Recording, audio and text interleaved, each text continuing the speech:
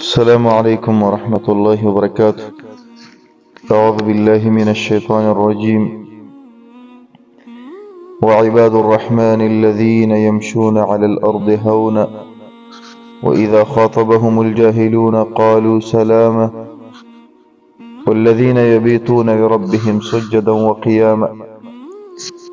زمال اسلام معزز مؤمنان ورونه او خويندو، د شپې د عبادت او د بندګۍ دویمه فایده او ډیره ناشنا او عظیمه فایده هغه دا چې د انسانان الله رب العالمین ته نږدې کیږي.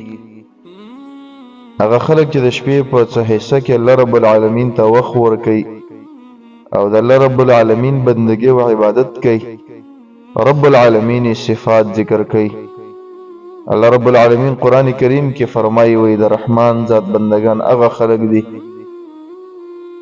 چې دوی په ځمکه باندې په نرمۍ سره ګرځي، یمشون علی الارض هونا. دې کې د سختۍ والا ماده نشته، په دې کې د داسې خوی نشته دی چې هغه سخت او جبلي خوی دی. واذا خاطبهم الجاهلون قالوا سلاما. او الله رب العالمین وایي د دې خلکو دویم صفت دا دی، د دې د رحمان ذات د بندگانو صفت دا دی چې کله د دوی سره داسې یو څوک بحث مباحثه کوي چې هغه ناپوهه دی، نادان دی، کم عقل دی، دوی د هغه سره څېړنه نه کوي، د هغه سره بحث مباحثه نه کوي، د هغه سره لانجه نه کوي. لکه موږ او تاسې پښتانه وایي ځان یې د ورکوټو سره سم کړی دی، دا د جاهل سړي سره ځان نه سموي. او دریم صفت الله رب العالمین د دې خلکو دا ذکر کوي، والذین یبیتون لربهم سجدا وقیاما. الله اکبر.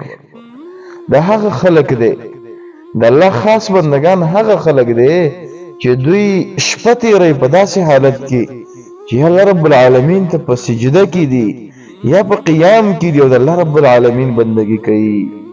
الله رب العالمین دی خلکو د خپل خاص بندگان ویلي. زردی او مثال ورکوم ملګرو ته اکثره، او هغه په دې طریقه باندې یو سړی د 5 شپږ 9 زامنې دي، بعضې بچه ډېر نسبین او نازولی، نو دا پلار څه وایي دا زما زوی دی، الان کې دا ټول بچي د دی د بچو کې داسې نه کېږي چې دا بچه د بل چا د ده نه دی، ټول د ده بچي. خو بعضې ته څه وایي دا زما زوی دی. دا ولې وایي؟ د دې وجې نه چې دا ورته ډېر زیات ګران وي. موږ او تاسې ټول د الله تعالی بندګان یو، د الله تعالی غلامان یو، د الله تعالی عبید او د الله تعالی پړې او رسۍ مو په غاړه کې اچولې. ولیکن الله رب العالمین څه وایي؟ دا څه پکې خاص د رحمان ذات بندگان دي. الله وایي زما خاص بندگان. دا ولې وایي؟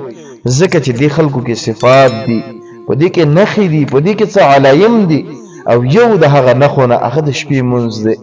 زما د اسلام معززو مؤمنانو ورونو او خویندو، څه نه څه حصه د الله بندګۍ او د الله دین ته او د الله عبادت ته په اخرنۍ حصه د شپه کې ورکو، رب العالمین به خپل خاص بندگان وګرځي. او داسې نور ډېرې قیمتي فایدې دي چې ان شاء الله هغه به مزه په مزه ذکر کوو. السلام علیکم ورحمت الله.